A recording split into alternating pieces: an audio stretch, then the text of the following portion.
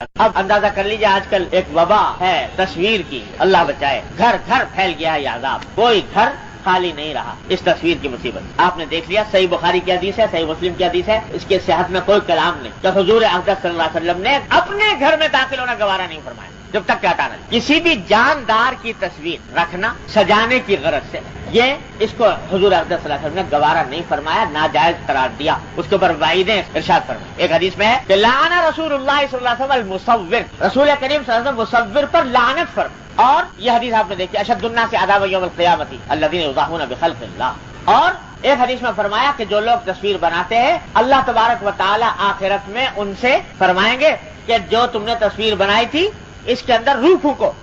اور وہ ظاہر ہے کہ روح پھونک نہیں سکیں گے تو عذاب میں مبتلا۔ اللہ اتنی سخت وعیدیں احادیث کے اندر نبی کریم صلی اللہ علیہ وسلم نے تصویر کے بارے میں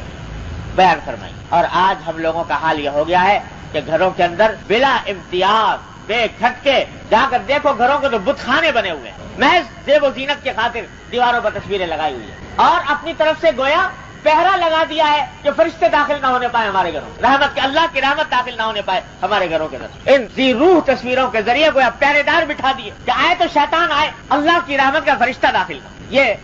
عالم کر دیا۔ حضور نبی کریم صلی اللہ علیہ وسلم نے جب مکہ مکرمہ فتح فرمایا، مکہ مکرمہ فتح ہوا، تو حضرت علی رضی اللہ تعالیٰ فرماتے ہیں کہ حضور اقدس صلی اللہ علیہ وسلم نے مجھے باقاعدہ اس مشن پر بھیجا کہ جو کوئی تصویر کہیں میں بنی ہوئی دیکھوں اس کو مٹا دوں۔ اللہ تدع قبرا مشرفا الا سویتا و اللہ تدع تمثالا الا طمستا، جو تصویر بنی ہوئی دیکھوں اس کو مٹا دوں۔ باقاعدہ اہتمام کر کے حضرت صلی اللہ علیہ وسلم نے تصویریں مٹوائی فتح مکہ کے بعد، اور اتنی وعیدیں بیان فرمائی نبی کریم صلی اللہ علیہ وسلم۔ تو بھائی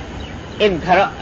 اور یہ صاف صاف فرما دیا کہ ملائکہ رحمت داخل نہیں ہوں گے اگر ذی روح کی تصویر گھر میں لٹکی ہوئی ہے۔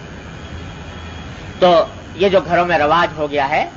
بلا وجہ گناہ بے لذت، بلا وجہ ملائکہ رحمت کا راستہ روکنا، اللہ تبارک و تعالیٰ کی رحمتوں سے اپنے آپ کو دور کرنا،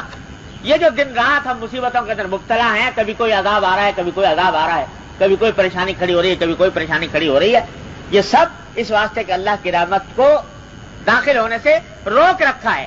ان معصیتوں نے، ان گناہوں نے۔ تو ان سے پرہیز کرنے کے لیے اتنا شدید رد عمل ظاہر فرمایا حضور نبی کریم صلی اللہ علیہ وسلم۔ ارے بھائی بچپن سے ہی عادت ڈالو اس بات کی کہ ان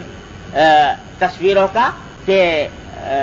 سے مانوس نہ ہو، لوگ اپنے آپ کو بھی بچاؤ، اپنے گھر کو بچاؤ، اپنے بچوں کو بچاؤ کہ اس کے مانوس کوئی مجبوری ہے پاسپورٹ کی، ویزا کی، یا شناختی کارڈ وغیرہ کی، اس قسم کی مجبوری ہے، اس کے لیے تصویر اتارنی پڑ گئی، بنوانا پڑ گیا، تو انشاءاللہ اللہ کے ہاں امید جائز ہوگا، اس کے اوپر امید اللہ کی رحمت سے کہ اس کے اوپر گناہ نہیں ہوگا۔ لیکن بلا وجہ میں سجاوٹ کی خاطر اور